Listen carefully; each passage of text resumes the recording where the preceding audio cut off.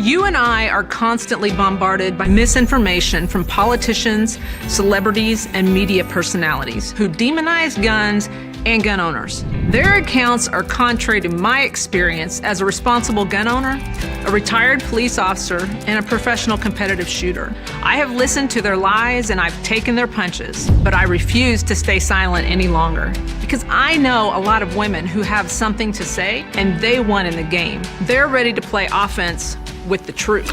The truth is, we all want the same thing: to protect ourselves, our families, and to be safe in our communities. The DC Project is a nationwide grassroots organization made up of women from every demographic. We come from all different walks of life, but we are united in preserving our Second Amendment rights. As we share our experiences, we push back against gun control lies and oppose those who demand our rights be restricted. As an immigrant from Venezuela, I saw how easy it was for freedom to die. My family and I watched tyranny destroy our home. In Venezuela, the media, celebrities, and politicians repeated the same anti-gun messages until people found it normal and acceptable to give up their freedoms. The reality is, none of it is normal or acceptable.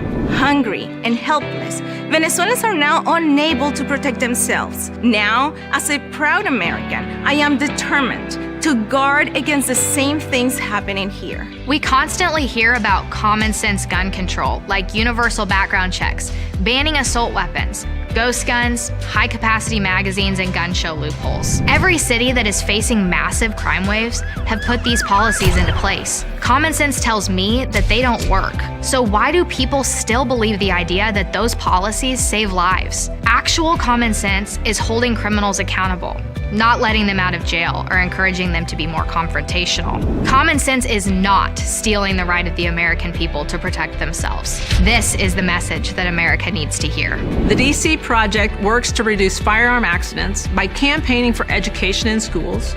We counter the false gun control lies by testifying in hearings and meeting our legislators. We equip our friends, our families, and our communities to know the truth. Gun owners are good people. America is a beacon of freedom. The Second Amendment is vital piece in ensuring that our kids can have a free country to grow up in. We stand with the lawmakers who support the Constitution, and we provide armor from the attacks by the gun control lobby. Join the DC Project today. Become a member, donate, or subscribe to our newsletter for updates on how we educate, advocate, and preserve our Second Amendment rights for generations to come.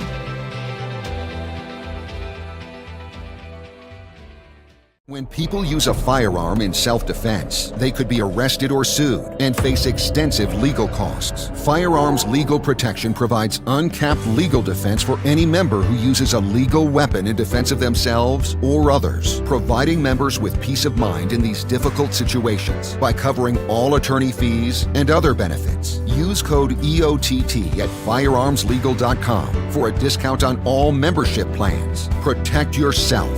We'll protect you.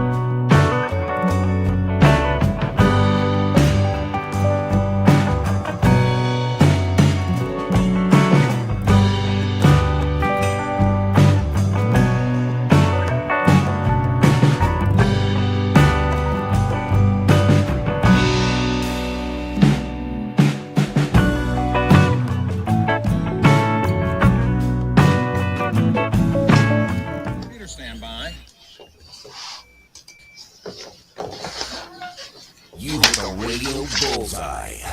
And the home for everything Second Amendment, concealed carry, the latest gear, reciprocity, legislation, the right to self-protection. And it shall not be infringed. This is Eye on the Target Radio with your hosts, Rob and Amanda.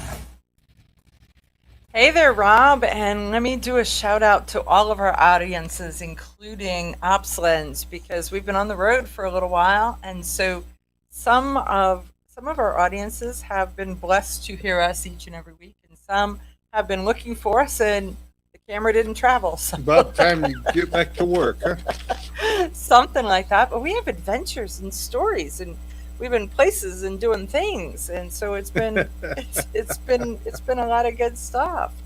So so why don't you start out with where you've been, what you've been doing, and Nothing. you,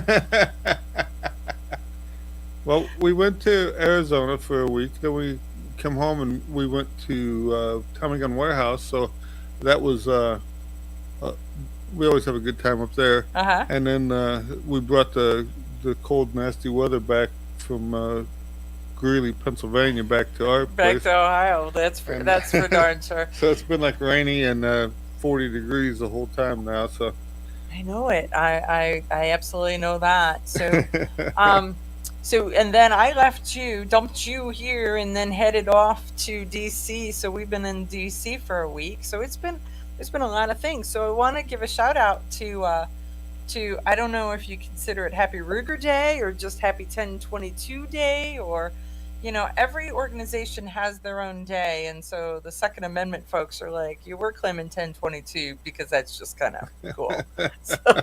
So there is that.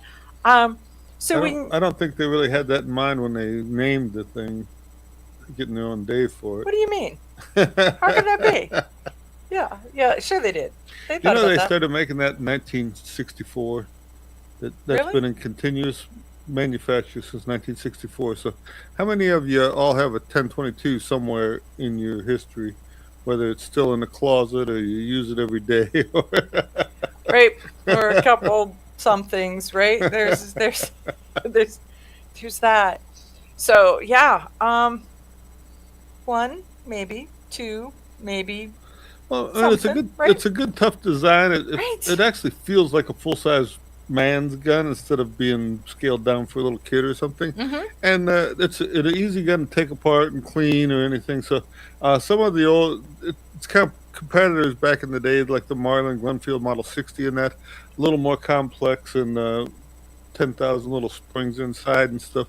The Ruger's doesn't have a lot of extra parts like that. So they stripped it down to the absolute minimum things that they needed, and that Right, was that. You take it out of its wood and a couple of pins fall out and then it just comes apart for cleaning, and you scrub it up and put it back together again and stick it back in the wood and it can't come apart again. That is good. I mean, I just like how it feels, and it's just kind of like, it almost gives me like a crisp action feeling or something. I don't. I mean, and I'm not well, sure there's why. a lot of aftermarket parts for them now. I mean, Mhm. early on they were treated like a little kid's gun, so they didn't. But then they started making all kinds of barrels and triggers and stuff like this, so you can dress it up as much as you can afford.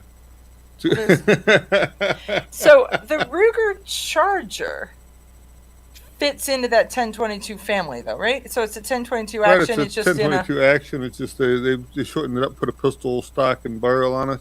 Mhm. The Volquartsen, whatever. I'm not they sure make, what a Volquartsen is. It's a company that started making aftermarket parts for the 1022. They Okay. Good quality triggers, stuff like.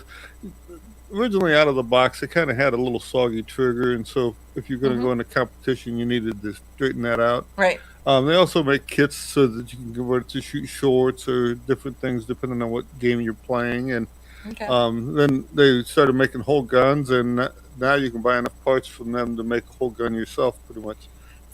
There is. Okay, got it. I'll tell you, I have one of the Chargers, but I have the takedown model, and I just think that is so. I have one of the So early cool. ones, and it's a blast to play with, and it's surprising how easy it is to hit like at 100 yards with the Mm-hmm. thing. I put a shotgun scope on mine, so it's a almost like a peep sight at that point. Yep. Just find it, get it, hit it, be done with it.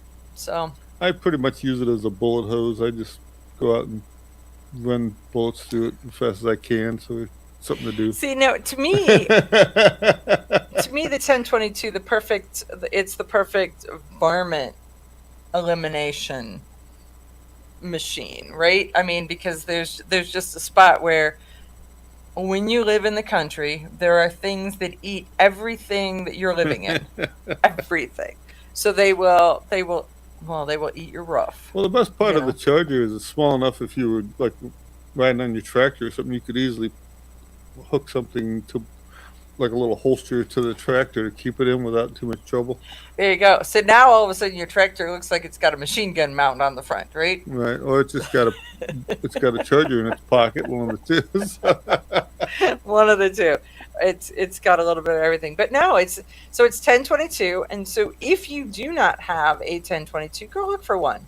And go try them out. Go if you go if you live play in with them. free America, you can get 50 shot clips for them, so you could have a 50-22. So Well, I want you to know that if you are watching on OpsLens, our video editor is on a high today. That he's having such a good time changing our descriptors of who we are. So periodically, if I just burst out laughing, it's because the things that he is putting under our names is more optimistic than not. Because that is absolutely not happening at all. So he has gone from he wants to be like Amanda Sefcool to NRA Board of Directors, which are both of those are correct, and then the governor-elect of Ohio. Yeah, no, never. see, that's even better than senator. So Yeah, no, you probably not- got a huge golden parachute goes with that too.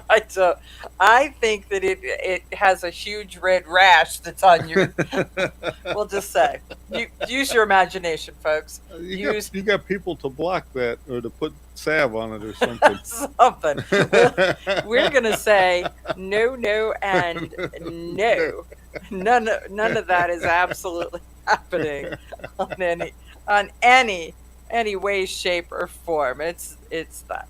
So so I was in DC this past week, and for the DC Project Women for Gun Rights, their annual fly-in, and it was again amazing. So if you don't know what the DC Project is, check it out. So it is Women for Gun Rights. I think it's info, but it may be .org. They've changed all of its names. I know we're going through a renaming because there was a group if they of go people. to the old stuff, it should DCproject.info will reroute you, but I have to double check to find out. It's Women for Gun Rights, and I don't know if it's .org or .info. But there was a group of people, pundits, if you will, that said that if you were called the DC Project, no one knows what the DC Project really is, and you have to explain it all the time, and so that you're better off if you actually named your organization what it was, which was Women for Gun Rights. Well, when you put the DC part in it, nobody knows what's going on anyway, so that's works perfectly. Right. DC is just short for confusion. Something. I don't know. But we got in there. We got in, and I went to the fly-in at a very low altitude because I drove. So it wasn't that I because I took a picture because it was a dark and stormy night. We'll just say as I headed there. And I took pictures of all the fog, and somebody said, if you really are headed on a fly-in, the mountains are awfully close. But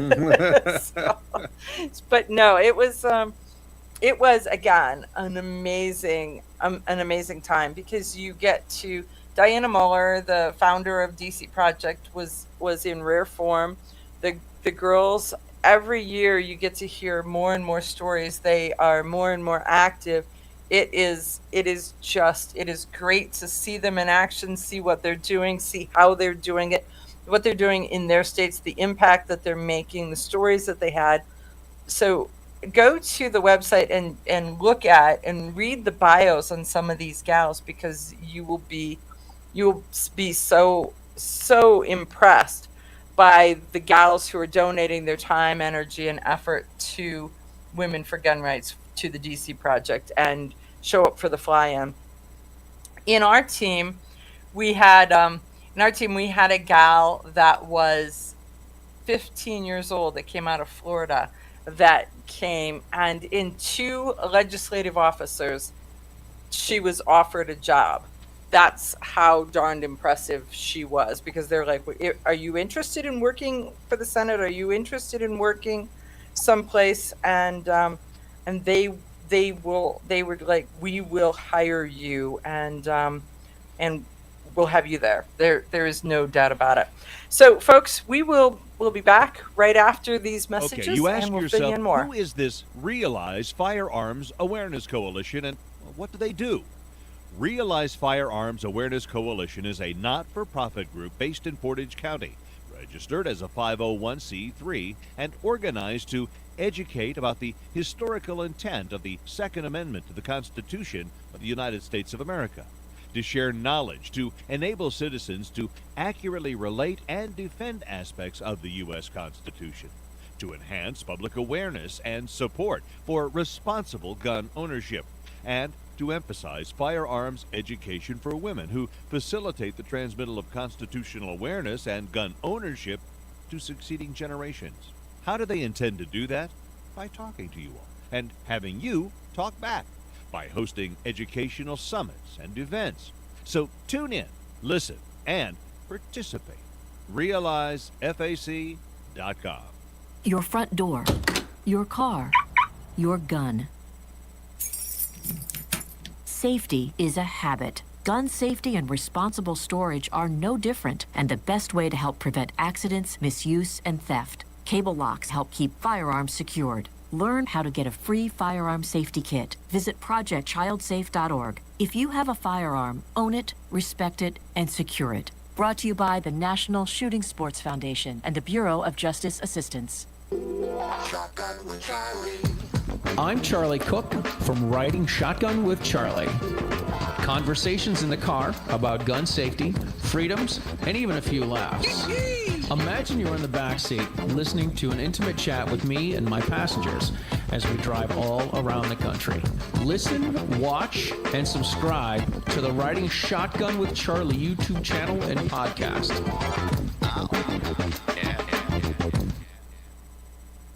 Grab your friends and head to Georgia to train with the Complete Combatant. The Complete Combatant offers a unique approach to self-defense training, layering the first signs of danger, lethal versus non-lethal decisions, and even surviving the aftermath. They offer premier firearms training with a range master certified instructor and host the top minds in our industry. See the courses offered on thecompletecombatant.com. That's thecompletecombatant.com. Are you interested in firearms? Are you looking for a resource to help you understand guns? Trying to help someone who's new to the world of shooting? Hi, I'm John Petrolino, 2A writer and the author of Decoding Firearms, an easy-to-read guide on general gun safety and use. Decoding Firearms is a comprehensive book with 266 pages of information. Want to learn more? Visit thepenpatriot.com or get yours today on Amazon in paperback or Kindle. Ladies, ever wish you could find a brand that understood the difference between feminine and functional? A brand that didn't make you choose between looking good and looking tough? Check out offhandgear.com, a brand designed by a gun girl / mom that closed the gap to give you feminine, durable, functional gear. Offhandgear.com, the brand that gets you.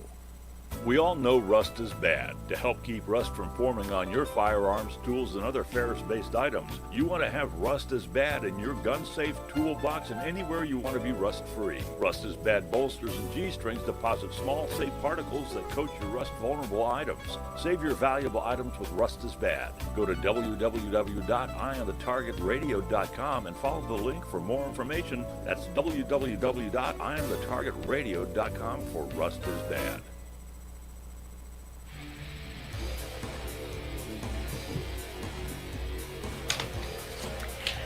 Okay, well, we are back, and Flint, Michigan is in the news, and they are not in the news because they have bad water. They are in the news because they're making, let's just say, odd decisions. I don't know if they're bad decisions or good decisions or just decisions, but they're just decidedly odd decisions. Um, Flint, Michigan, at their city hall for their city council meetings, they they have their policy is that you can carry in city hall. So you are welcome to bring your firearm. You are welcome to carry in city hall. And yet, they just installed metal detectors, not to stop you, but to just identify you. The big thing is that they're expecting one or two people maybe to, instead of everybody in the room, to have the gun, huh? Well, I would think that everybody in the room should have a gun, right? I mean, I don't know. But why? If you lived in Flint, Michigan, if you lived in Michigan, shouldn't you like lodge a complaint about spending money to have not only just to buy the metal detectors, but to staff the metal detectors to identify that you have metal that you're perfectly allowed to have? Right, so they paid money for the detector and install, and then they got to pay somebody to stand there and babysit it, so they Right. know which one of you criminals has the gun in your pocket. Right. And so they're saying that metal detectors are commonplace in schools, hospitals, and airports. We've seen shootings in public places around our nation, and metal detectors will allow us to be aware of weapons present in our environment. This is a proactive move to provide a safer environment. You know, I think Ohio did theirs when they just said that the police should already know that you have a gun in your pocket, whether you do or not. Right. They So should just make that treat all assumption. people as if they're loaded. Right. On so many levels, Yeah. as if they were loaded. As if they're loaded. Right. I just don't understand. So the goal is to alert the police that you're carrying. I think what it is they just had a lot of extra money, and they needed half of them wanted to say no, you can't come in, and more than half of them said, yeah, you can come in. So The rules allow you to come in, but we're just going to make it. we're just going to put this up here to try to make you feel bad about yourself before you get in. Right. I mean, it ought to be that everyone goes to Flint, Michigan, just so that we can go through the metal detector and beep, beep, beep. We ought to just It'd be like a vacation destination. We ought to just do the metal detector at the court. We ought to just do a drive-in, right? So we're like a fly-in, but we'll all go to Flint, don't drink the water, and show up to their city council meetings because we can. Now it says you're more popular than pineapple on pizza. Well, there you go. I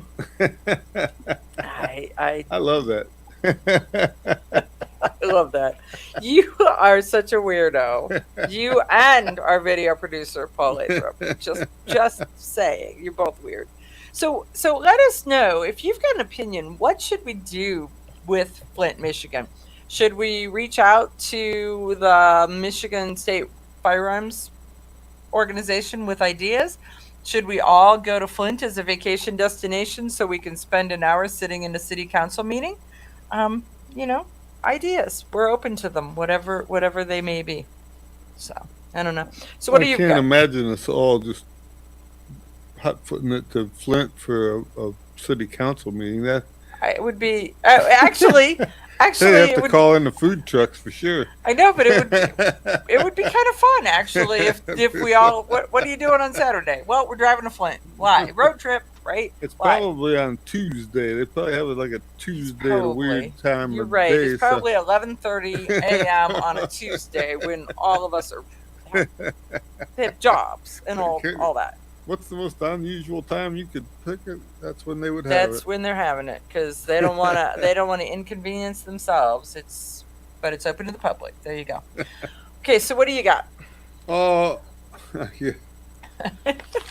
So, They're killing me. That's what they're doing. They're killing, right? Okay, this one's a bigger story. I want to talk about that one for more than just 2 minutes because let's talk about this one about the state fair, Texas State Fair. It's their first line of the story is confusing in the fact that Texas has constitutional carry, but you can't carry in the fairgrounds unless you have a permit for the gun. And then somebody apparently went in, didn't read the rules, and they had a gun without it, and we'll start with decided to shoot the place up or something. The rules said that you had to have a permit to go on the fairgrounds, and that murder is illegal, right? Those are just kind of two standard rules. Criminals don't read rules. And so the thing is they went in, they were shooting on the fairgrounds when the fair was populated, right? And so they think that they need some more laws because it is outrageous that guns are allowed in a family-friendly place like the fair to begin with, and that gun wasn't. That's the part that they don't understand is that gun wasn't allowed. When I was a kid, we used to go to the fair, and there was guns at the fair. You could pay your $1 and get to shoot 22 rifles at the fair in the carnival area there. Right. I guess that must have been a long time ago because. Well, then they did now it's like a BB gun. They still have the BB gun and the star. So. Right. But yeah, we used to shoot regular 22s at things. At those little clay things that shattered in, what were they? Chalk things. I think some of it fell down, some of it did different things, but yeah, it's all that long gone. Right. Again, we're at a spot where when criminals break laws, and then there's a call for more laws. Because the new laws stacked on top of the old laws that, of course, the criminals will follow. We're seeing some of this starting to hit the Supreme Court now about like criminals that should have been stopped by one law, and instead they've chose to like gloss over that law and try to make the gun the bad guy. I think that you're going to see that the gun is no longer the bad guy, that the gun is starting to gain some respect, and the criminals are going to be needed to be treated like criminals. They're going to be forced to head for criminal reform as opposed to anti-gun policies, because the anti-gun policies are not being held up by the Supreme Court. I can't imagine them being mean to criminals. How could that happen? How could that be? We'll be back right after this. Grab your friends and head to Georgia to train with the Complete Combatant. The Complete Combatant offers a unique approach to self-defense training, layering the first signs of danger, lethal versus non-lethal decisions, and even surviving the aftermath. They offer premier firearms training with a range master certified instructor and host the top minds in our industry. See the courses offered on thecompletecombatant.com. That's thecompletecombatant.com. Are you interested in firearms? Are you looking for a resource to help you understand guns? Trying to help someone who's new to the world of shooting? Hi, I'm John Petrolino, 2A writer and the author of Decoding Firearms, an easy-to-read guide on general gun safety and use. Decoding Firearms is a comprehensive book with 266 pages of information. Want to learn more? Visit thepenpatriot.com or get yours today on Amazon in paperback or Kindle. Okay, you ask yourself, who is this Realize Firearms Awareness Coalition, and what do they do? Realize Firearms Awareness Coalition is a not-for-profit group based in Portage County, registered as a 501c3, and organized to educate about the historical intent of the Second Amendment to the Constitution of the United States of America, to share knowledge, to enable citizens to accurately relate and defend aspects of the U.S. Constitution, to enhance public awareness and support for responsible gun ownership, and to emphasize firearms education for women who facilitate the transmittal of constitutional awareness and gun ownership to succeeding generations. How do they intend to do that?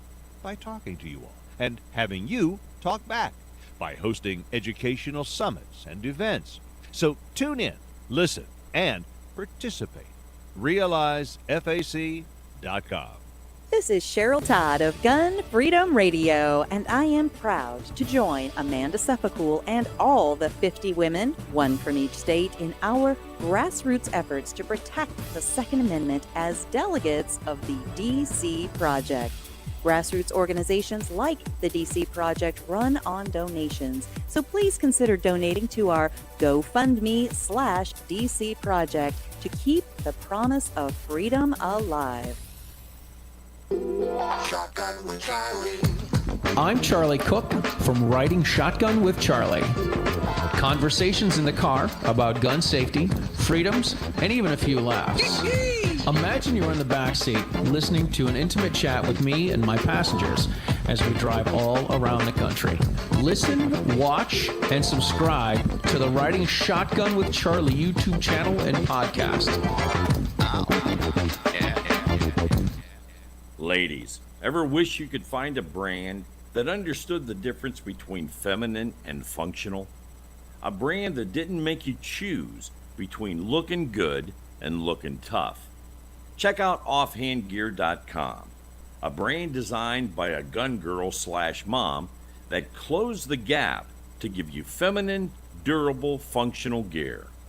Offhandgear.com, the brand that gets you. Your front door, your car, your gun. Safety is a habit. Gun safety and responsible storage are no different, and the best way to help prevent accidents, misuse, and theft. Cable locks help keep firearms secured. Learn how to get a free firearm safety kit. Visit projectchildsafe.org. If you have a firearm, own it, respect it, and secure it. Brought to you by the National Shooting Sports Foundation and the Bureau of Justice Assistance.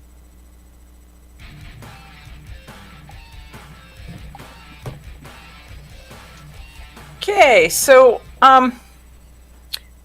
there is a story that has just come out of Baltimore, Maryland, where a federal grand jury has returned an indictment charging 5 defendants with conspiracy to illegally acquire machine guns and other regulated firearms. And that includes Larry Vickers from Vickers Tactical. So from somebody from Maryland, from North Carolina, from New Mexico, from North Carolina and North Dakota. And so the interesting thing is that they are, it's got a 26 count indictment. Two of the people were chiefs of polices in North Carolina and North Dakota. And Sullivan is the owner and operator of Trident LLC in Maryland and an intelligence analyst with the Department of Homeland Security. And there was a couple FFLs and some. So here's what I think. There's this story, and the story is posted in AmmoLand. It's naming Larry Vickers amongst these folks. I actually believe that this indictment out of Maryland has the potential. I don't know what you saw about it, but I pulled the story because I think that this has the potential with the Bruin case to pull the NFA and the 1934 Gun Control Act that includes machine guns and or the 1986 portion of the machine gun to the forefront and take it clear to the Supreme Court. And the ATF freely admits that they estimate there's 770,000 machine guns that are loose in the country that they don't know where they're at, and they won't give an amnesty program to try to round them up. Okay. Yeah, so they could. Let's talk about the. They won't do an amnesty program, but they could do an amnesty program. That is that. But when you look at the Bruin decision, right, Bruin is going to actually just nullify. I mean, if you look at that history, text, and tradition of 1791, They didn't worry at all about whatever kind of gun you could come up with. Matter of fact, the more it shot, the better they liked it. Uh, so the 1934 Gun Control Act would not have been popular in 1791 for sure. It's more than likely they may keep it in place. They're just going to nullify all the parts out of the All the middle of it. parts out of it. So really the gist of this is that in 1986, when they passed and I don't remember what the 1986 It's one was in called. the what is the McClure-Volkman Act. Yeah, okay. It was in with the one where uh, if you had a misdemeanor domestic Violence. it, Okay. so So part that of was the what wasn't that Lautenberg? Lautenberg. So Okay. yes, so Mhm. Lautenberg says you weren't allowed to work with a gun or be around a gun if you had domestic violence. The McClure-Volkman Act was added into it as part of a compromise with the NRA and stuff, and they no new machine guns for general public. They could make them for military and police, but they couldn't manufacture anything for the general For public. the general So public. only what was out there from the ne- to, up to that date, built up to that date and registered, is all that's allowed to be in the.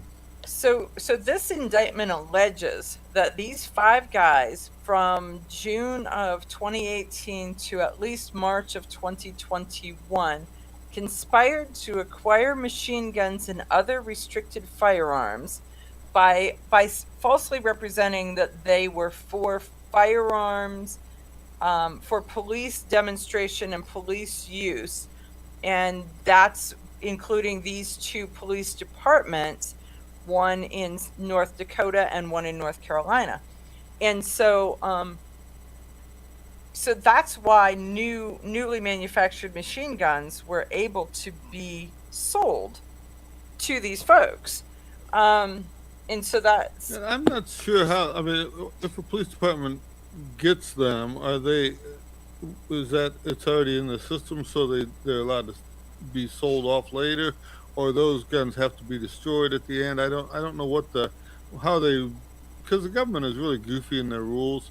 I mean, it's like you can't have them, but if you do have them, then we just forget about them at this point right. because As long as you used them for demonstrations, it's then like they're free.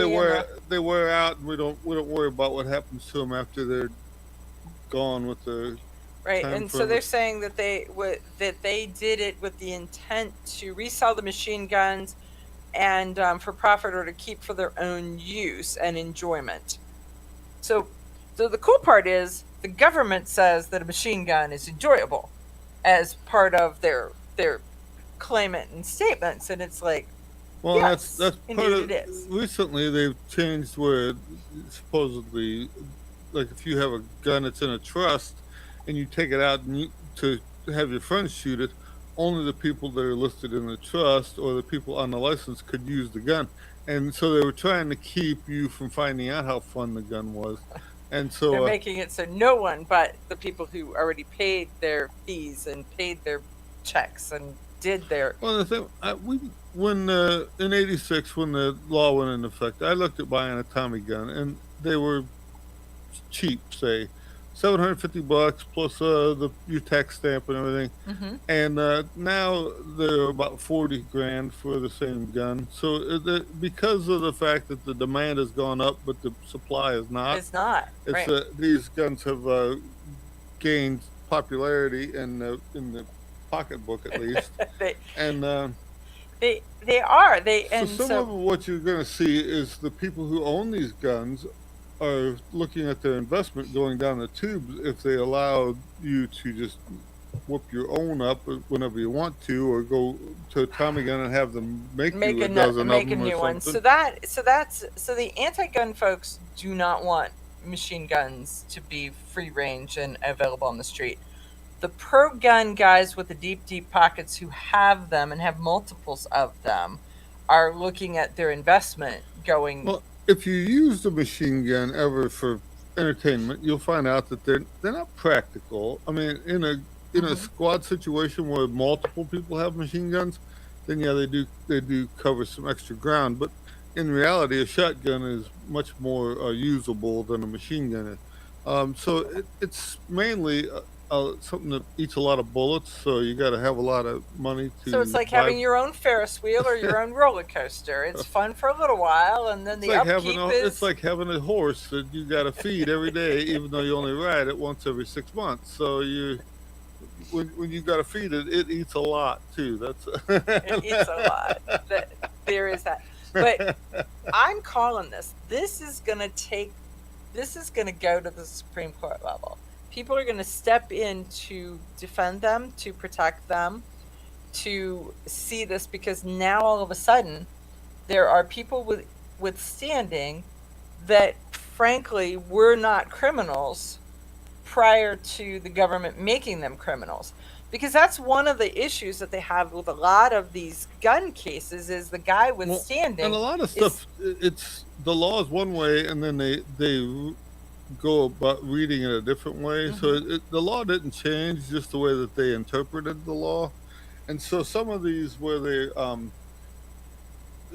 originally you could build a gun as a salesman sample or something, and then now you apparently these are salesman samples, and they use them for driving around, and they got them in their car, and they take them to the range, and they shoot them, and they do different things with them. And now, because they don't have an actual police customer, they're illegal. But prior to that, they were salesman samples. They were allowed to have them. So it's all in a way the interpretation of the law is, and what's going to happen with it. Right. So this is an indictment. It is not a finding of guilt, and this is going to be a court case that works its way through the court system. And the good news is I believe that these are people who are not going to take it laying down. Well, the worst part is the government will get to the spot where they realize that they're losing, and then they'll just drop it, and then it won't go no farther because they don't want to give everybody one. They'll just let these 5 or 6 have theirs.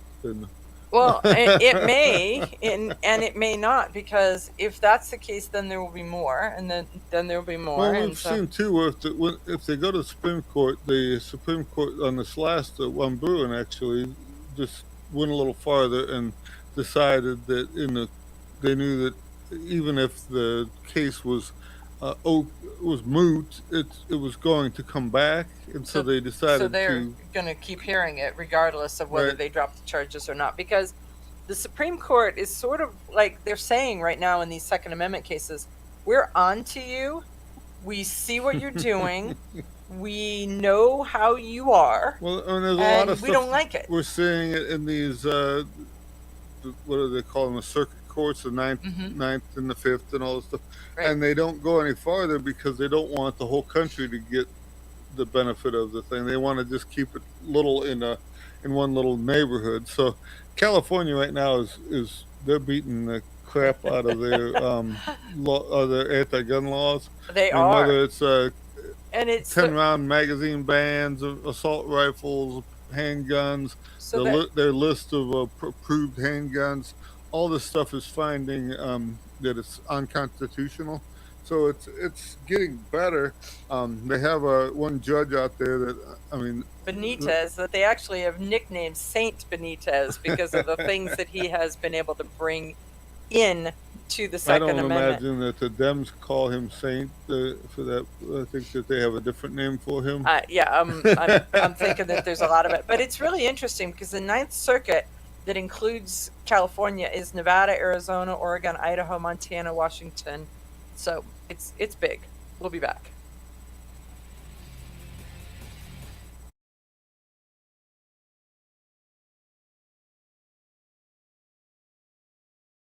Is a habit. Gun safety and responsible storage are no different, and the best way to help prevent accidents, misuse, and theft. Cable locks help keep firearms secured. Learn how to get a free firearm safety kit. Visit projectchildsafe.org. If you have a firearm, own it, respect it, and secure it. Brought to you by the National Shooting Sports Foundation and the Bureau of Justice Assistance.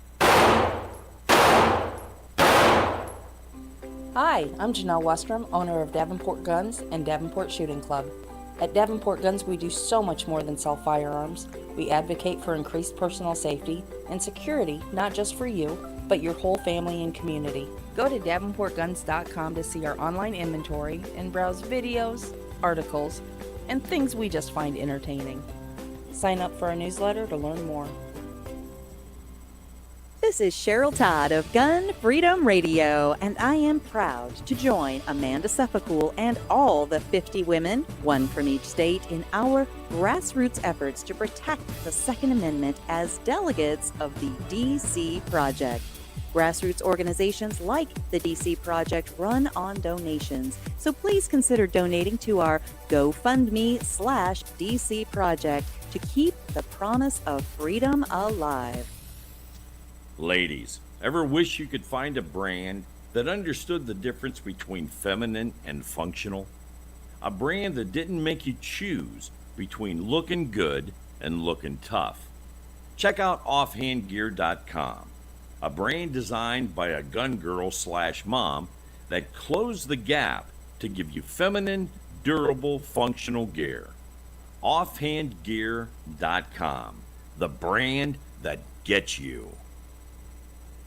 Okay, you ask yourself, who is this Realize Firearms Awareness Coalition and what do they do?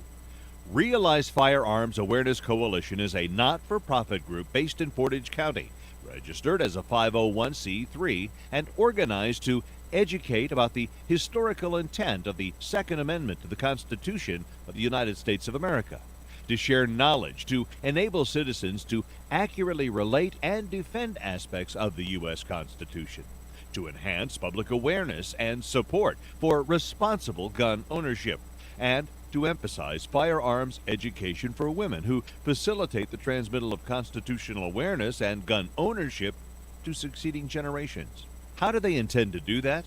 By talking to you all and having you talk back, by hosting educational summits and events. So tune in, listen, and participate. RealizeFAC.com. Shotgun with Charlie. I'm Charlie Cook from Riding Shotgun with Charlie. Conversations in the car about gun safety, freedoms, and even a few laughs. Imagine you're in the back seat listening to an intimate chat with me and my passengers as we drive all around the country. Listen, watch, and subscribe to the Riding Shotgun with Charlie YouTube channel and podcast. Are you interested in firearms? Are you looking for a resource to help you understand guns? Trying to help someone who's new to the world of shooting? Hi, I'm John Petrolino, 2A writer and the author of Decoding Firearms, an easy-to-read guide on general gun safety and use. Decoding Firearms is a comprehensive book with 266 pages of information. Want to learn more? Visit thepenpatriot.com or get yours today on Amazon in paperback or Kindle.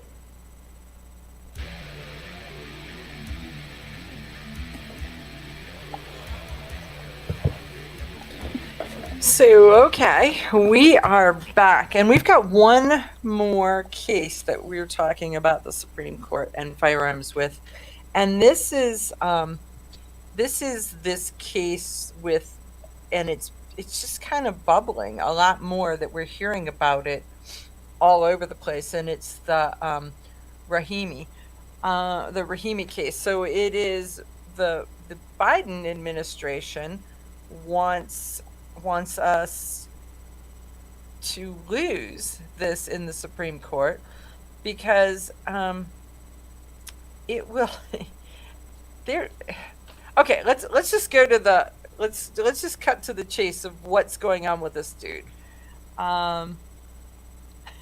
So the in this case there is a guy. He is not a stellar guy. He is not a moral upstanding, church attending, pillar of the community dude.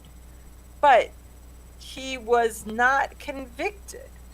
And so he was not convicted, and he had a firearm. And so because he had been charged with domestic violence, they then took his rights away for having a firearm. And so he now has standing to take it clear to the Supreme Court and is doing so with the support and help of other organizations. So talk about it a little bit. I think it's funny though. Here it says, by all indications, he's a terrible human being, but the rights were not don't only exist for people you approve of. They're there to protect everyone.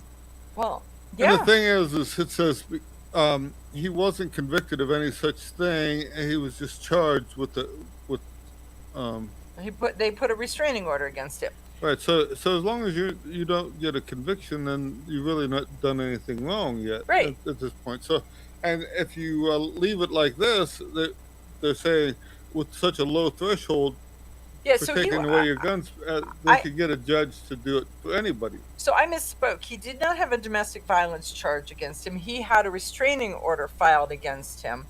And that is a standard protocol that can happen in any disagreement in Well, the other part that they point out is if you get the right judge, that you could actually, using this type of a loophole, to take the guns away from your intended victim, so Right. that you were the only one with the gun instead of them. So, like I say, we're going to see that they're going to start dealing with criminals. I mean, there's plenty of reasons why this guy shouldn't have had a gun in the first place. But and they- it should have they did it failed- on those particular they reasons. failed to and- prosecute him on the things that he had done or had been accused of or had been charged of. They had allowed all of that stuff to be Right, they just were to be planning plea on bargained down. they wanted to make the gun the bad guy, and it's not about the gun, it's about the bad guy. And Right. so, as if it's a lot like these red flag laws. There's other laws that can do the same work. Why do we need a new law that covers Mhm. one particular piece? Well, an interesting thing about the red flag laws, that now that you brought it up, squirrel, I was wearing the DC Project T-shirt in the hotel lobby in DC when a guy comes up to talk to me, and he was like, "So tell me about your group. So tell me your thoughts on red flag laws." And I told him that I was against them, and he's like, "Well, what if they have been charged with something, and what if they're?" I said, "There's actually other laws in place that are already there, so red flags have no due process." And he's like, "Well, how did he put it?" I said, "And if there's a spot where this person is a threat to themselves and to others, why don't we take them instead of their guns?" Well, that's a much bigger deal to take them than it is to take their guns. And I'm like, "No, it's not." so it was an interesting conversation, and I was like, "Well, look, if you are saying that a judge needs to hear this, then due process needs to happen, and that we just need to take their guns until due process happens, why don't you instead make a recommendation that should you be concerned about somebody, that you scoop them up, you get them in front of a judge, and you fast track them so that they get to see a judge in less than 4 hours. Then all of a sudden you can decide all this stuff. You don't have to take their guns. They're off the street. The judge will decide. The person gets due process, and life goes on." He's like, "Well, that's a much bigger deal." No, it's not. So he was like, "Have a nice day." So two of the other girls from the DC Project, after this guy walked away, they're like, "Man, am I glad he asked you and not me those questions." I was like, "Well, I'm willing to have that conversation, but I don't think just because they've tried to turn guns into public enemy number one, that it is more acceptable to take somebody's guns than it is to take the bad guy. I just don't see it. It doesn't." Right, and that's the thing is if the guy is a criminal or he's got a danger to himself or to others, holding him and watching him would make more sense than just holding his equipment and while he goes and gets more equipment or does something other. Right, gets different equipment, whatever that different equipment may be, including up to and including a chainsaw or a pickup truck or 4-wheel drive truck or right. something. I mean, there's so many. Not that I want to give a bad guy ideas, but let me tell you, they can probably already figure them out on their own. Those things are out there, and when evil happens, and the tool is not the reason, and it is not the sole thing. And so by using something like a protective order, it really then causes a whole different level of problems for people. Right. But we look at the easy way of doing things, and also some people it fills some people's agenda. Right. So if you already have an agenda, and then this piece kind of fits in You're there like, to help push aha, that, look at that. it even Yeah. makes it better. Well, there's a whole lot of that where it's just easier for them to be like, everybody already hates this thing, so since they already hate this, it's not a problem for me to hate it too, and to get more people to hate it. I already Right? hate this thing. We don't like it, so since we don't like it, it's easy to make it the enemy. And that's not how it works. The Second Amendment, whether we like the people or not, is all of it. Yeah, so one of our listeners is like, red flag laws are in violation of the 14th Amendment. What part don't they understand? All of it. That's what they don't understand. All of it. They believe that it is just easy to say, why can't we all just get along? We'll take the guns and all evil was created when guns were designed, and all evil will go away when guns cease to exist. You know, if you read your history, you'll see that prior to guns, that they used axes and knives, Slingshots and rocks, and there was We've been busy at trying to thwart the other guy's forward progress.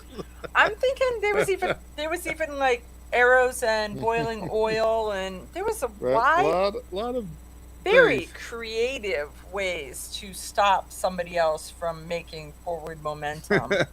Yeah. And they're going on to say red flag laws have also gotten innocent people killed, like people like Duncan Lump in Maryland. There have been a lot of red flag issues where when the police do a no-knock warrant, and you live in a community where when someone no-knocks on your door, they're generally not the good guy, that ends badly for everyone. There is going to be rounds exchanged, and somebody's going to be hurt. And so this is sort of like when you SWAT someone, that when you weaponize the police in any manner, to me, red flags are like swatting them. You call the police to come and overpower them and take over and take dominion over them, regardless of whether they've done anything wrong or not.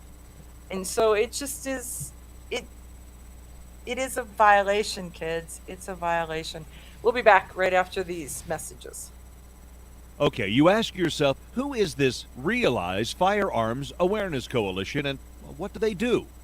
Realize Firearms Awareness Coalition is a not-for-profit group based in Portage County, registered as a 501c3, and organized to educate about the historical intent of the Second Amendment to the Constitution of the United States of America, to share knowledge, to enable citizens to accurately relate and defend aspects of the U.S. Constitution, to enhance public awareness and support for responsible gun ownership, and to emphasize firearms education for women who facilitate the transmittal of constitutional awareness and gun ownership to succeeding generations. How do they intend to do that? By talking to you all and having you talk back, by hosting educational summits and events. So tune in, listen, and participate. RealizeFAC.com.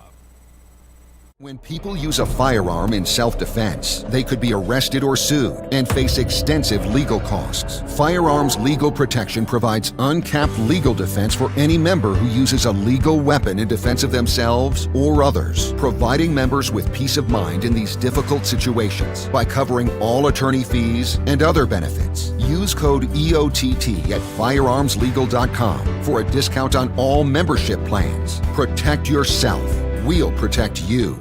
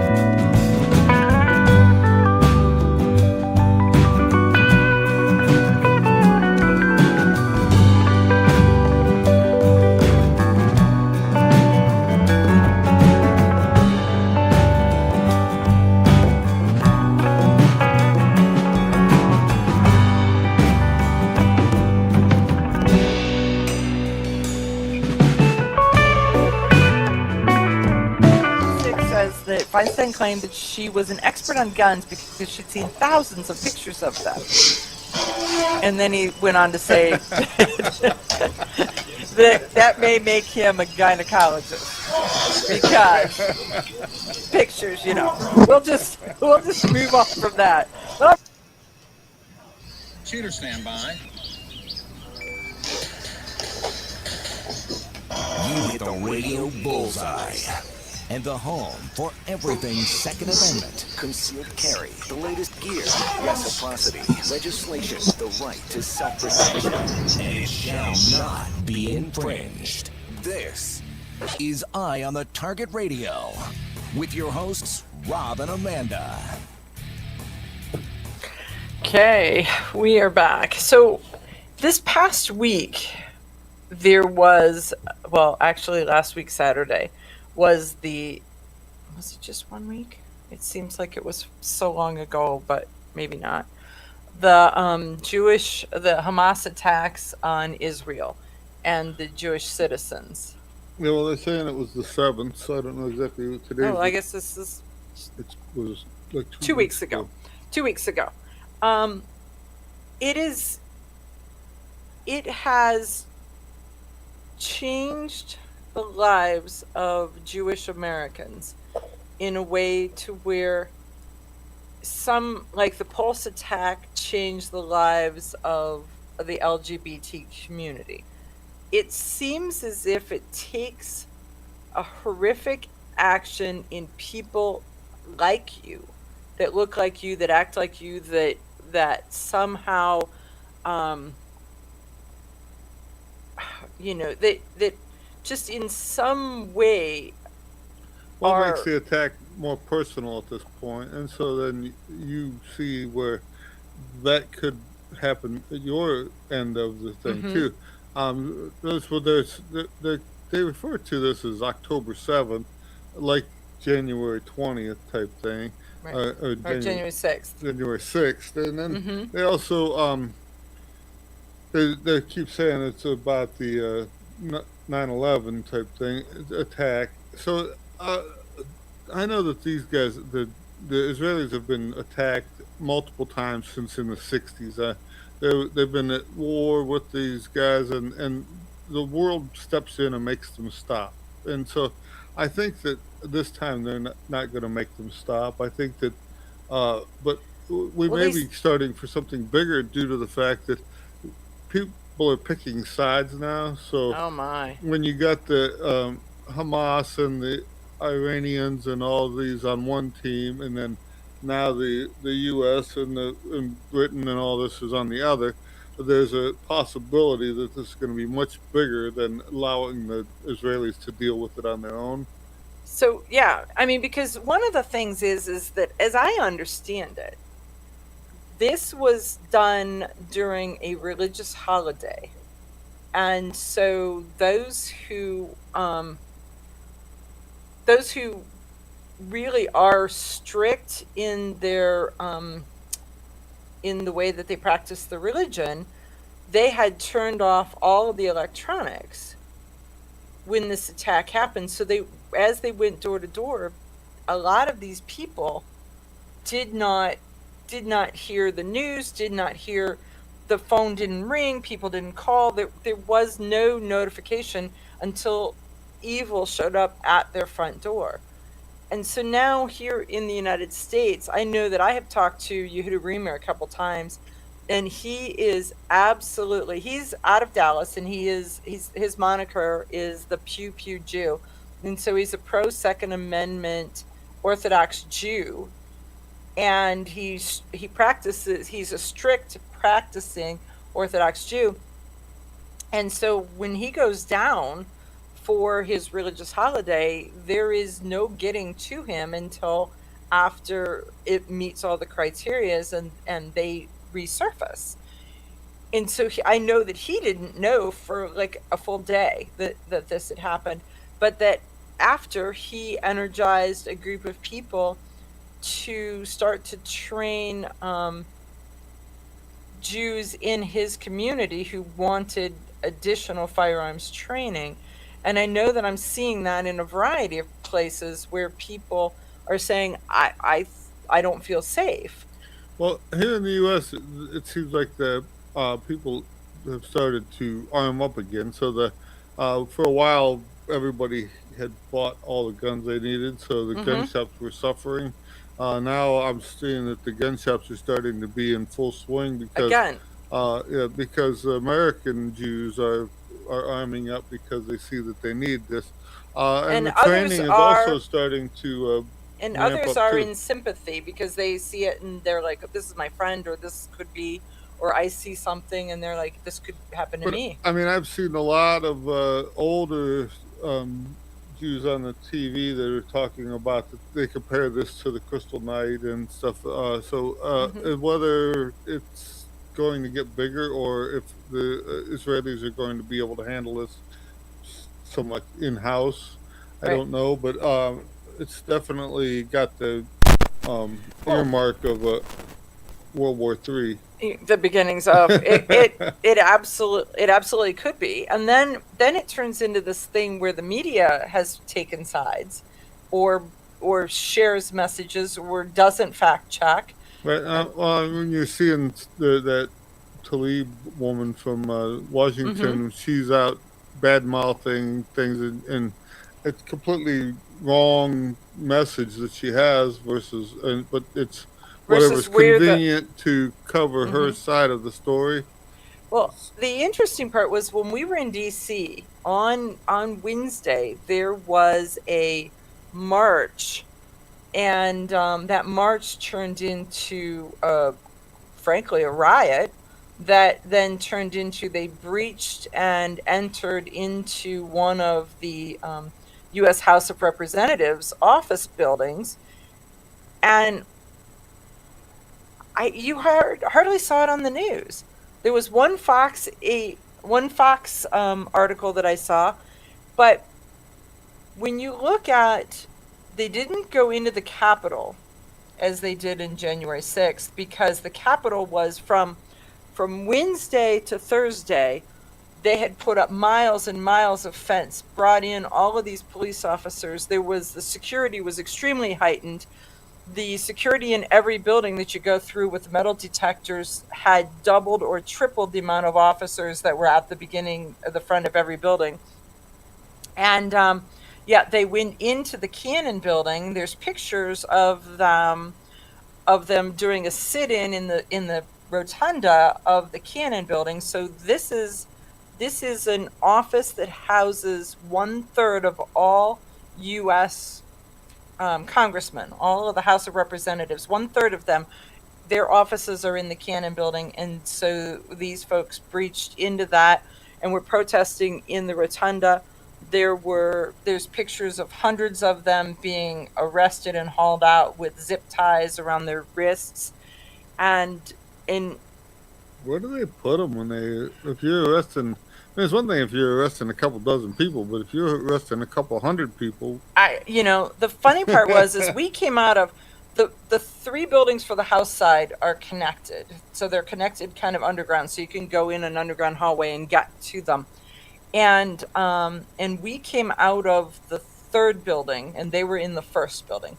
And so where we were, you could see up the hill, you could see the crowd, and the crowd had built. And the thing that was most amazing to me was that you could hear the crowd to a point where it almost had a heartbeat. There was like this pulse to this roar of the crowd that was amazing. And they were in an area which was the shortest path for us to get to where we were going. And it was like, yeah, that's not the direction we're going to go. So we walked an additional 2 miles out of our way to go around that completely, and make our way. But I was once shocked and surprised that it just didn't make the news, because it really was an amazing again, it thing. doesn't fit their agenda. I don't know. But if you have somebody who is Jewish and who is scared and who is concerned, do what you can do. If that means take them to the range, or take them to the gun shop, or get them in a class, or help them in some way so that they too can feel safe and secure within the United States. That really is our goal for each of us, to reach out to our friends. And so I know that I have had multiple conversations with multiple folks in that arena, but I ask each of you to do the same thing. The United States is a mix and a blend of populations and religions and people. And we do not want or need that fight here on our shore. And I'm not sure that we're not going to end up with it at some point. So there is a spot where when they called Friday the 13th for the day of violence, it was pay attention to that, because they don't typically call it. They don't typically give you warning. And so it will be a surprise when it happens, but you did get your warning already. So protect yourself, protect your families, and be aware that if it doesn't look normal, it doesn't look right. Avoidance is your best, absolutely your best thing. We'll be back. Grab your friends and head to Georgia to train with the Complete Combatant. The Complete Combatant offers a unique approach to self-defense training, layering the first signs of danger, lethal versus non-lethal decisions, and even surviving the aftermath. They offer premier firearms training with a range master certified instructor and host the top minds in our industry. See the courses offered on thecompletecombatant.com. That's thecompletecombatant.com. Hi, I'm Janelle Westrom, owner of Davenport Guns and Davenport Shooting Club. At Davenport Guns, we do so much more than sell firearms. We advocate for increased personal safety and security, not just for you, but your whole family and community. Go to davenportguns.com to see our online inventory and browse videos, articles, and things we just find entertaining. Sign up for our newsletter to learn more. Your front door, your car, your gun. Safety is a habit. Gun safety and responsible storage are no different, and the best way to help prevent accidents, misuse, and theft. Cable locks help keep firearms secured. Learn how to get a free firearm safety kit. Visit projectchildsafe.org. If you have a firearm, own it, respect it, and secure it. Brought to you by the National Shooting Sports Foundation and the Bureau of Justice Assistance. Shotgun with Charlie. I'm Charlie Cook from Riding Shotgun with Charlie. Conversations in the car about gun safety, freedoms, and even a few laughs. Imagine you're in the back seat listening to an intimate chat with me and my passengers as we drive all around the country. Listen, watch, and subscribe to the Riding Shotgun with Charlie YouTube channel and podcast.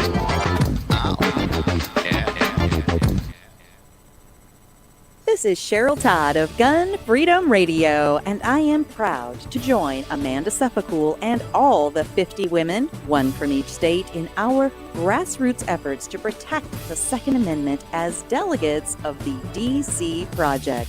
Grassroots organizations like the DC Project run on donations, so please consider donating to our GoFundMe/DC Project to keep the promise of freedom alive. Are you interested in firearms? Are you looking for a resource to help you understand guns? Trying to help someone who's new to the world of shooting? Hi, I'm John Petrolino, 2A writer and the author of Decoding Firearms, an easy-to-read guide on general gun safety and use. Decoding Firearms is a comprehensive book with 266 pages of information. Want to learn more? Visit thepenpatriot.com or get yours today on Amazon in paperback or Kindle. Ladies, ever wish you could find a brand that understood the difference between feminine and functional? A brand that didn't make you choose between looking good and looking tough. Check out offhandgear.com, a brand designed by a gun girl/mom that closed the gap to give you feminine, durable, functional gear. Offhandgear.com, the brand that gets you. We all know rust is bad. To help keep rust from forming on your firearms, tools, and other ferrous-based items, you want to have Rust is Bad in your gun-safe toolbox and anywhere you want to be rust-free. Rust is Bad bolsters and G-strings deposit small, safe particles that coat your rust-vulnerable items. Save your valuable items with Rust is Bad. Go to www.eyeonthetargetradio.com and follow the link for more information. That's www.eyeonthetargetradio.com for Rust is Bad.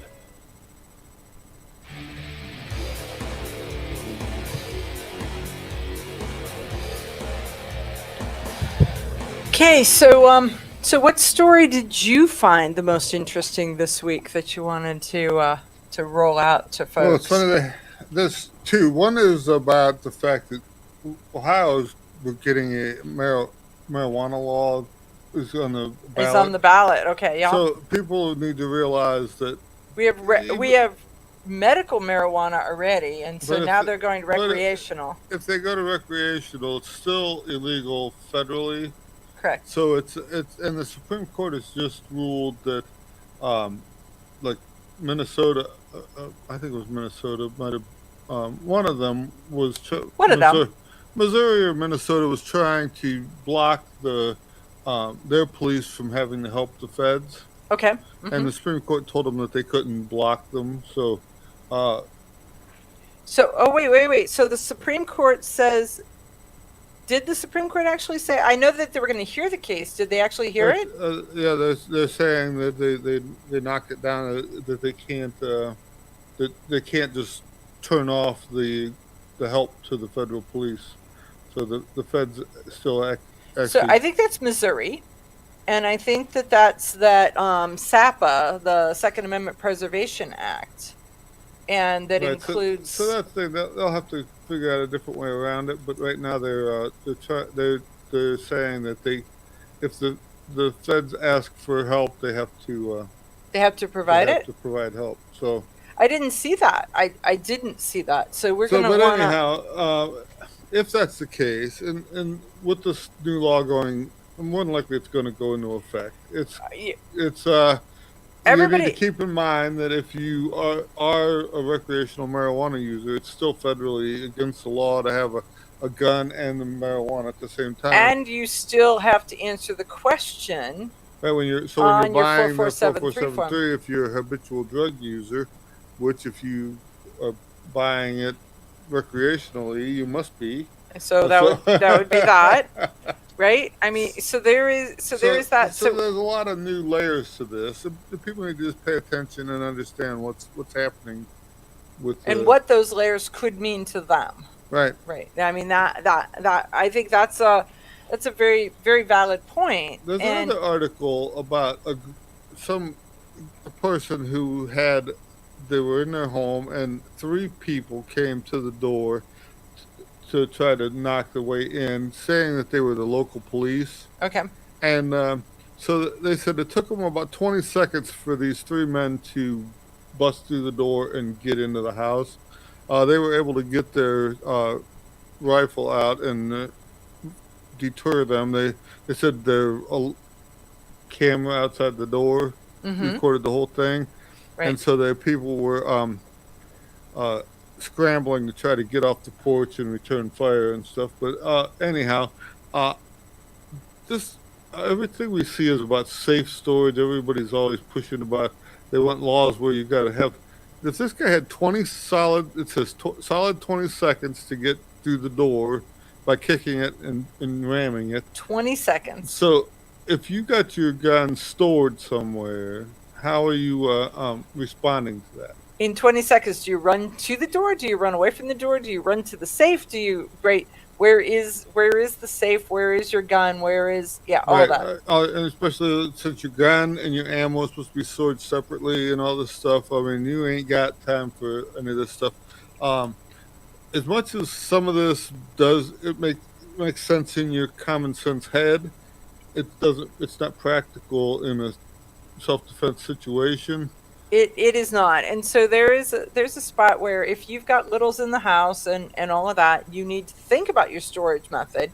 Or but put put it up high enough they can't reach it, or take it with you when you're going away, or Pants something. on, gun on, or a fingerprint safe, or some kind of a quick acting so that it is ready to go. They do But make that's like it. This guy, they said he had a rifle, but it say that they do make things that mount to the wall the gun can fit in. Right. So it could be basically loaded, Mm-hmm. hanging on the wall. You have to go through this combination to get it, but others cannot, and you have then access to it. I think that's probably the best method is to Right. look at it, I'm to also take seeing, the time and spend the did money. you see where this one safe company is recalling 60,000 safes, the biometric safes? And I heard it, but said I that didn't slow down enough to figure out why they were recalling it. well, What was the technology issue? The safe has some kind of a default mechanism that, although you lock it and you use your fingerprints to open it, Uh-huh. other people can just get into it too. So somewhere online, a 12-year-old was able to open the safe and get the gun out. And I think he killed himself with it, or he killed somebody with it. Then they realized that these safes are out there and anybody can open them. That it doesn't just take the person who has the. So you test it with your fingerprint, and you don't test it with somebody's fingerprint that doesn't open it, because it would open it. Is that what you're saying? Right. So they're saying that these things, and they have multiple people who said that their safe will open with someone who's not a authorized user. That the safe, somehow the technology defaults to open and allows them access to. Well, look at that. Talk about a very bad business plan. Well, it's one of the things that who knew, and right. And now that they do know, there's this going on. Mm-hmm. I was trying to think of the name of the safe company. It's let me see if I can find it quickly. So it is, but it is a recall. So if you have one, so here's the deal. And if you can't find it, look up the brand name that you have on your safe under a Google search with your safe name and a recall, and see if it's your safe. If not, we will identify that, and if nothing else, we will mention it next week so that you know exactly which one. But if you have a biometric safe, Google your safe brand, and so which safe is it? 60,000 biometric safes. Okay, so but it's the. They couldn't just tell you right in the. No, they're not telling you. Fortress Safe. So Fortress Safe, the company behind the biometric gun safes, okay, and says, okay, so if you have a Fortress, so here's the thing. I wonder if Fortress is sold by any other brand name. Oh, here you go. Fortress, Cabela's, Gettysburg, and Legend, Range and Field and Stream. So they've private labeled it under some other manufacturers too. So you need to look to see. If you go to Fortress Safe's website, you can get the numbers and. So Fortress, Fortress, Fortress gun safes, and go look there and double check that, because if you've got a biometric safe, you want to know. We'll be back. Grab your friends and head to Georgia to train with the Complete Combatant. The Complete Combatant offers a unique approach to self-defense training, layering the first signs of danger, lethal versus non-lethal decisions, and even surviving the aftermath. They offer premier firearms training with a Range Master certified instructor and host the top minds in our industry. See the courses offered on thecompletecombatant.com. That's thecompletecombatant.com. Are you interested in firearms? Are you looking for a resource to help you understand guns? Trying to help someone who's new to the world of shooting? Hi, I'm John Petrolino, 2A writer and the author of Decoding Firearms, an easy-to-read guide on general gun safety and use. Decoding Firearms is a comprehensive book with 266 pages of information. Want to learn more? Visit thepenpatriot.com or get yours today on Amazon in paperback or Kindle. Okay, you ask yourself, who is this Realize Firearms Awareness Coalition, and what do they do? Realize Firearms Awareness Coalition is a not-for-profit group based in Portage County, registered as a 501c3 and organized to educate about the historical intent of the Second Amendment to the Constitution of the United States of America, to share knowledge, to enable citizens to accurately relate and defend aspects of the U.S. Constitution, to enhance public awareness and support for responsible gun ownership, and to emphasize firearms education for women who facilitate the transmittal of constitutional awareness and gun ownership to succeeding generations. How do they intend to do that? By talking to you all and having you talk back, by hosting educational summits and events. So tune in, listen, and participate. RealizeFAC.com. Ladies, ever wish you could find a brand that understood the difference between feminine and functional?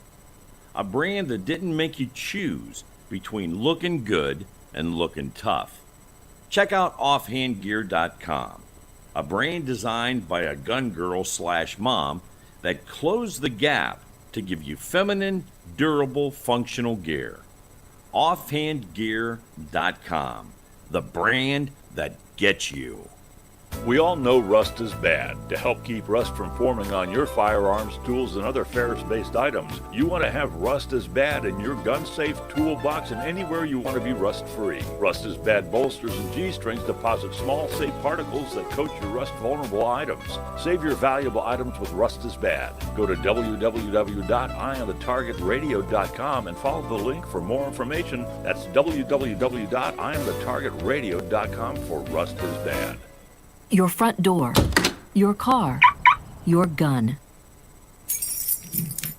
Safety is a habit. Gun safety and responsible storage are no different, and the best way to help prevent accidents, misuse, and theft. Cable locks help keep firearms secured. Learn how to get a free firearm safety kit. Visit projectchildsafe.org. If you have a firearm, own it, respect it, and secure it. Brought to you by the National Shooting Sports Foundation and the Bureau of Justice Assistance.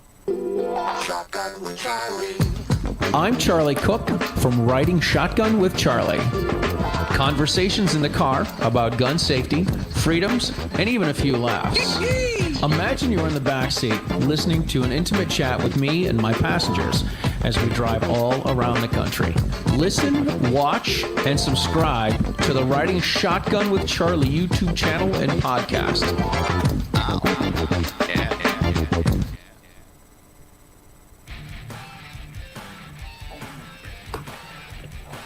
Okay, so let's go back a little bit and talk some more about these intruders who showed up at this guy's house, because the interesting piece to that, to me, is what problems does this cause when the bad guy pretends to be the police, for police in the future, for no-knock warrants, for good guys fighting back? Are they fighting back against the police? Are they fighting back against a criminal pretending to be the police? I mean, this has worked for the bad guys since the St. Valentine's Day massacre. Right. And there's laws against you being a policeman when you're not a policeman. Well, imagine that. So look at this. There's a criminal pretending to be a policeman who's breaking the law, and so now there's another. So now there's another level of this. This story is coming out of Seattle, and they're saying that it may be a bigger story in the long run. They said that right now there was four incidents in the South King County area in the last week. 3 of those 4 were Asians that were attacked. So they're not sure if it's something that's happening to the Asian community or they picked a neighborhood, or right.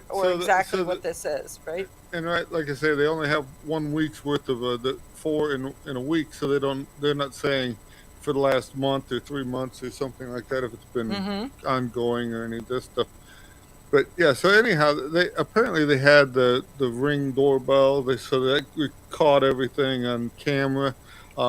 These guys come up, announce themselves as the police, and then they try to kick the door in.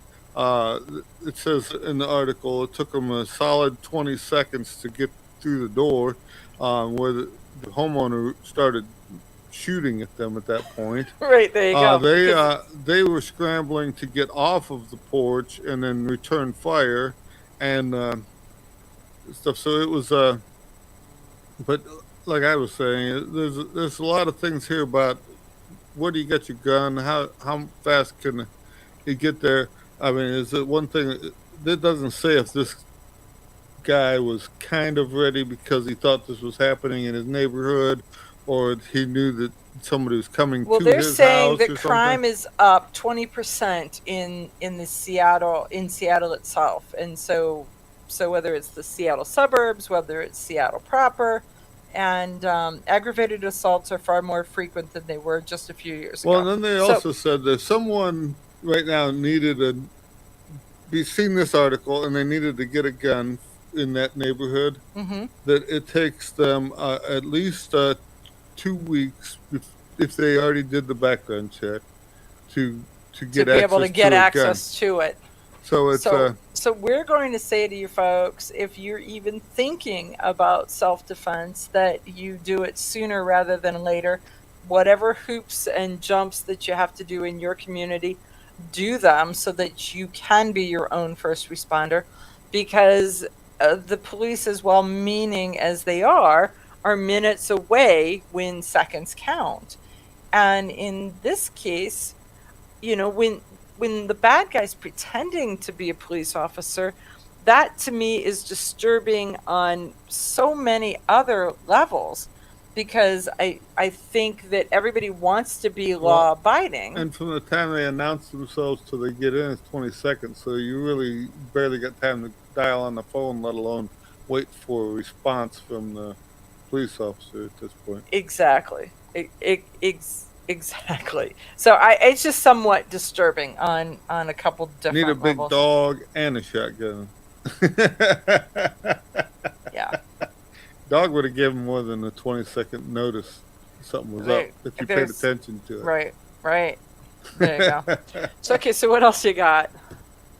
All right, have you ever been to somebody's house and the dog's going crazy and they just tell it to shut up and lay down or shut something?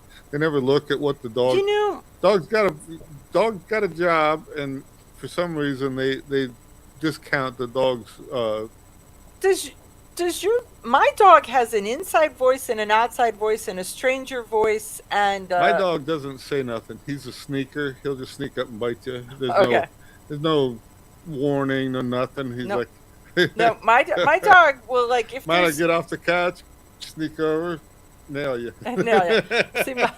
See, my dog is like, oh, there's the UPS man. Yep. Okay, fine. And then, but if there's somebody that he doesn't know or like, or that's not driving the big brown truck, my dog's like, UPS man, you don't even get off the couch. You just sit there. But if there's something to deal with, he'll just sneak up and then. he will. My dog will actually go to the door, check it out, come back, bounce off of me like, hey, I'm saying something. Go look. Mine looks like a border collie, but acts like a pit viper. So I agree with you, though. Pay attention to the tone. That your dog has a purpose, and his purpose is to protect his family. Right, and when the dog's saying something, at least look out the window. See what he's got going on. Ask him what he wants, and he'll tell you. He'll tell you what we're supposed to be doing. What are we doing? It's so funny. My dog will come up and puts his hand on my knee like, we got to do something. There's that. Mine will bounce off me. There is no doubt. He's like, I'm over here barking. Did you hear me? Come on. So, come. We need to go see this.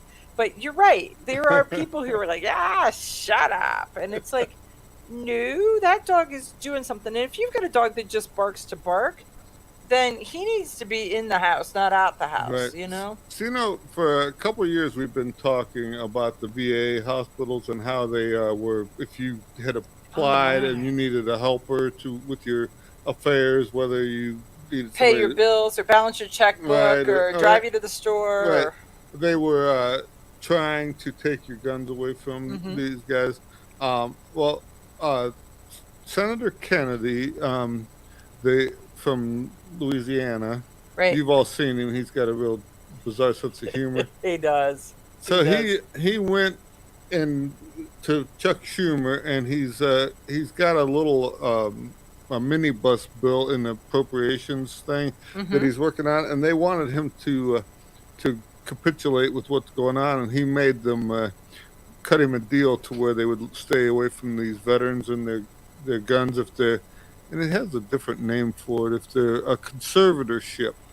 Right. So if they're entering a conservatorship, they have the ability to keep their firearms. And so he says that everything's all worked out. It should be good as long as Chuck Schumer goes with his thing. But it is Chuck Schumer, so pay attention because you can't trust her as far as you can throw. Well, there is all of that. there is all of that. So it's funny in this article though, this Tom Knighton article. It says there's a joke about the VA. It gives the veterans a second chance to die for their country. So, I have two brothers that were veterans, and they're some of the stuff that they could get done in one place, but not at another, and they have to travel halfway across the country to get some work done or something. To just do the medical and be taken care of, and all of the things that they signed a check for that was frankly in blood for their with their lives, to say I will defend the U.S. the U.S. and so the least we can do is take care of them. And so it has been very concerning as you watched some of these. I mean, they were at one point taking their rights away just if the veteran called somebody else over to hear what was being said, to write a check, to handle something, because that meant that they weren't taking care of all of their own affairs. A lot of people, I mean, men especially, the wife takes care of everything. I mean, that's one of the things, like what we talk about, this great area of the straw purchase and right. stuff like this, is the man says, I'm going to buy me this new rifle, and then he Honey, has the pay wife, the man. Honey, pay the man. But he gets $20 and gets to live indoors in return for his paycheck, right? That's kind of how that goes. Yep, pay the man. Pay the man. But I mean, that's the thing is, and it's the same thing, I'm sure, in the veteran household. She does the scheduling, she does the billing and all that stuff. And he just sits there. It's a partnership, right? That's how that works. Never got off that "sir, yes, sir" thing in the military. So I think this is a good spot. I think that over time, it's almost a shame that they have to bother to blackmail each other to get a bill through to help the veterans. I mean, they don't call it blackmail; they call it negotiation, bartering, whatever. Negotiation. Whatever. Right. So many people enter conservatorships for a lot of reasons, and it doesn't mean that they're not capable. What does it say? Something about the VA for screwing over veterans like that, and Kennedy. So in Kennedy's words, is his bill. Veterans aren't going to be interested in utilizing VA services if their gun rights are going to be in danger. And Kennedy's bill seeks to fix that, to keep the VA from screwing over veterans like that. And so we'll see what happens, and we'll see if he is 100% successful, because it's never over till it's over. It's never over till it's signed. It's never over till everything is... Well, because he says, it is Chuck Schumer, so there is that, and until nothing's happening until we have a Speaker of the House, so that is somewhat disturbing right now going on in DC, and we will have to wait and see what happens, but folks, it is good to know that we've got some elected officials who are fighting for our veterans and who are paying attention to these things. We'll be back right after these messages.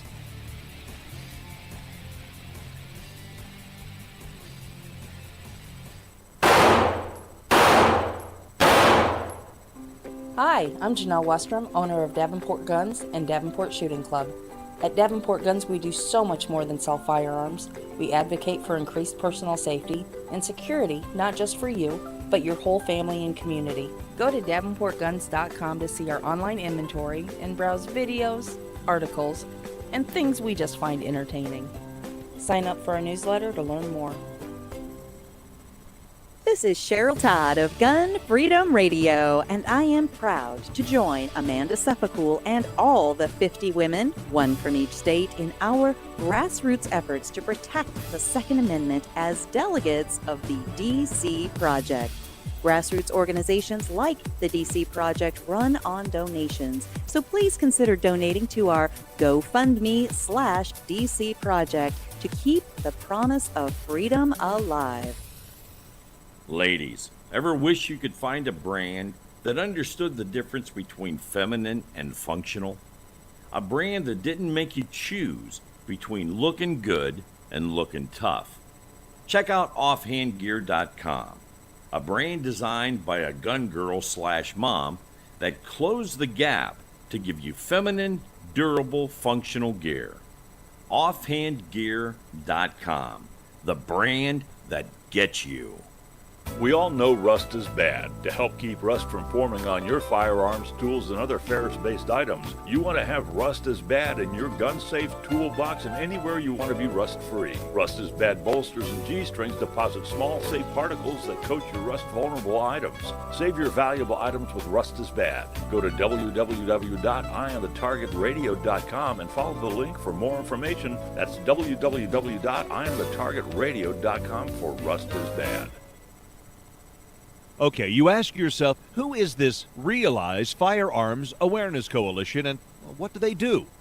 Realize Firearms Awareness Coalition is a not-for-profit group based in Portage County, registered as a 501c3 and organized to educate about the historical intent of the Second Amendment to the Constitution of the United States of America, to share knowledge, to enable citizens to accurately relate and defend aspects of the U.S. Constitution, to enhance public awareness and support for responsible gun ownership, and to emphasize firearms education for women who facilitate the transmittal of constitutional awareness and gun ownership to succeeding generations.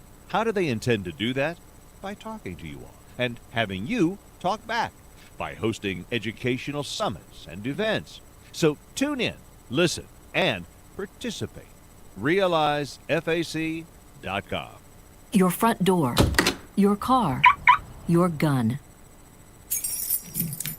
Safety is a habit. Gun safety and responsible storage are no different, and the best way to help prevent accidents, misuse, and theft. Cable locks help keep firearms secured. Learn how to get a free firearm safety kit. Visit projectchildsafe.org. If you have a firearm, own it, respect it, and secure it. Brought to you by the National Shooting Sports Foundation and the Bureau of Justice Assistance. Grab your friends and head to Georgia to train with the Complete Combatant. The Complete Combatant offers a unique approach to self-defense training, layering the first signs of danger, lethal versus non-lethal decisions, and even surviving the aftermath. They offer premier firearms training with a range master certified instructor and host the top minds in our industry.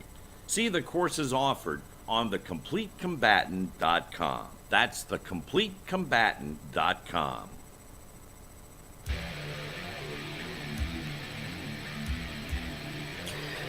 Okay, so have you guys all heard of Judge Benitez? And out of California, they call him Saint Benitez because he is on the Second Amendment side so much that it's such an oddity that he's in California, and he is in the U.S. Southern District of California. You know, the funny part that I got out of this whole article is that, I mean, as much as we say Bruin, he cites Heller on almost every part of this. Well, it's because I think that... So how come if Heller's celebrating 10, 11 years of... No, 20. Well, it was 2008, so 2018. So we're headed for... 15 years it took him to finally say that this... That Heller, yeah. Where's he been for 15 years? That's exactly. Well, it hasn't gotten to him. That's the interesting thing. But And I wonder how this is going to affect the New Englanders because New Jersey they love these. Connecticut they well, all. the thing is that because of the court system that he is in, he is the next level down below the Ninth Circuit. So, well, actually the California Supreme Court and then the Ninth Circuit. So in that, they will diligently work to keep this, that assault weapons may not be banned. He will just keep it into his court and not allow it to go to the next court up. They won't appeal. You're saying so? I don't believe they'll appeal. I think that they'll just take their spanking, and let it sit right there, because if But the other didn't states this are already saying set to a them, precedent though? So if they sue in a different area, they can use this case as so their that's what guideline. happens is they'll get into 3 or 4 states to do it. Then Well, they have justification. Alan Gottlieb, he can't sit still with his hands in his pockets. So Alan he's gotta... Gottlieb sees the puzzle. He sees the puzzle everywhere and how to put it together. Oh, and our video producer says an appeal has already been filed, so they're going to take it to the next level. So shame on them, because it will now be higher. Things are getting better. It's going to take a long time, but it's kind of surprising. I mean, like I say, up until 2004, when the '94 crime bill expired, we didn't even realize that they could roll anything back. We never got anything rolled back. It was always more instead of here, you can have this back. Right. So look at it. Look at what we've really gained in, it's not quite 20 years. And so for 4 years, it has eroded our rights from 1934. I'm waiting for Hunter's Lodge to start posting ads in the magazine so I can buy rifles again. Well, I'd go back to from 1934 to 2004. It was erosion, and so now we're pumping the sand back, getting our beaches back, well, right? Funny, that kind of a thing. If you read any of the old NRA magazines, like 1960, they were worried about the '68 Gun Control Act in '60 and '61. They didn't call it the '68 Gun Control Act at that time. Because they weren't psychic, but they could see it coming. Yeah. And so in the letters to the editors, to the stuff that the president's notes and stuff like this, you'll see where they talk about these and some of the fights that they're dealing with at that level. And like I say, 60 to 61. So and we always say, oh well, it was the Kennedy being assassinated and then Robert Kennedy being assassinated and that, but they had this stuff written way in advance before. of any of this. They were looking for an opportunity. They were waiting for the perfect moment. Never let an emergency go to waste. Right. So I'm glad to see it coming. I hate that it takes so long for it to happen, but it's getting better. The funny part is the more people have guns, then the less ammo there is out there. So we run into ammo shortages. Right. We don't really think about the fact that if they're setting records for 2 years, 3 years every month of gun sales, the ammo manufacturers need to pump up their demand, their supply some. Well, I just seen too that what they say Vista Group just sold to the Czechs. So as to whether Sulla and Beloit and all those guys are going to ramp up this thing, or we're going to be in even more dire straits. So here's the interesting question: is because our U.S. government had said that there were some countries that we could not buy from, was the Czechs as part of that or not? No, we've been able to buy from them, but it only takes the writing of a pen, some pen work, and all of a sudden we can't. We can't. I mean, if they're going to use when they're in their contract, they bought the factories here, then whether I don't think it makes a difference who owns it. It's the fact that it's domestically manufactured. But it's still, there's a shortage. We don't make our own gunpowder in this country. We don't make our own primers in this country. We're going to say that there's a shortage. This war, whether it comes to our shore or not, is going to make create even more of a shortage. So I mean, they're saying, well, they have 155 millimeter bullets that they're short on now. So you would think that everybody with a turret lathe would get started making 155s. it doesn't quite work that way, but look at look at the supply and make sure that check your supply and just start to dollar cost average, if you will. Every day you drive past a gun shop, stop and buy a couple hundred rounds. It's not necessarily about just ammo. I mean, you think about the fact that the guns are hard to get, the ammo's hard to get. There's different other pieces, parts, magazines. A lot of the magazines, they come out of Italy. If you're buying Mega Mags, I believe those are manufactured in Italy.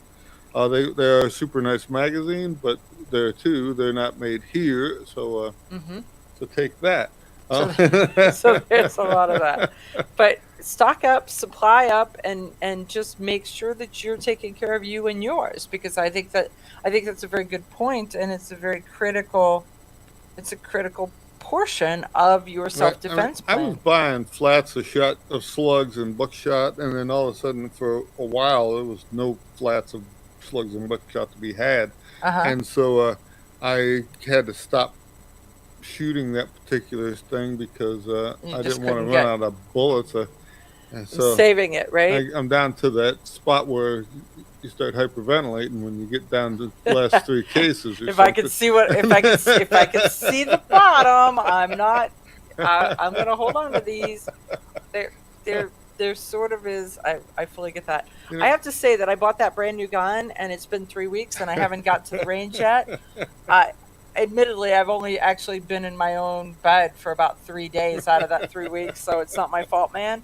But man, you didn't shoot it into a flower pot in the side yard or something. I thought about it. Just to make it go bang once. I did think about the wood pile is at risk. I did absolutely think about the wood pile being at risk, but I did not go there. I'm just saying. So when I'm back, we'll head to the range and shoot a little bit. The thing is, pay attention. As this ammo shortage, as the war ramps up, things are going to get harder and harder to get. So if you think you've got trouble right now, it's going to get worse. So pay attention to all this stuff. You're living in the glory days, and it's that's how that is. So there was a time when you were like, 22s cost me 2 cents a round. And pretty soon people are going to be like, 22s cost, in 2023, this is the price, and I should have bought more. That's kind of how that works. It was 69 cents for a 50 pack. So there you go. So penny and a half. So I fully get it. But so I've been having conversations with my ammo dealer, and I will continue to do that. So I mean, he sounds like he is an ammo dealer, but he sounds like he's a dealer. But yeah, it's a little bit of all of that. So we will be back and talk to you more next week. There's so much stuff going on. You're gonna love it all. Absolutely love it all. So see you next week. Thanks for listening to Eye on the Target Radio.